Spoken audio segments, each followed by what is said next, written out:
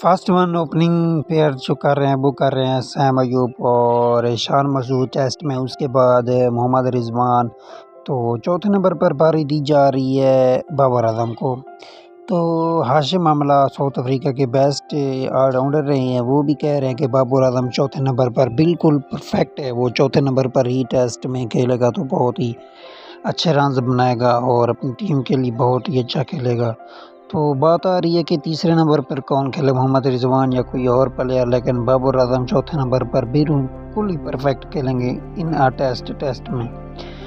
تو آپ لوگوں کو کیا کہنا ہے کہ بابر اعظم واقعی چوتھے نمبر پر پرفیکٹ کھیلیں گے یا کسی اور نمبر پر ٹیسٹ میں؟ تو اب دیکھتے ہیں کیا ہوتا ہے ٹیسٹ میں.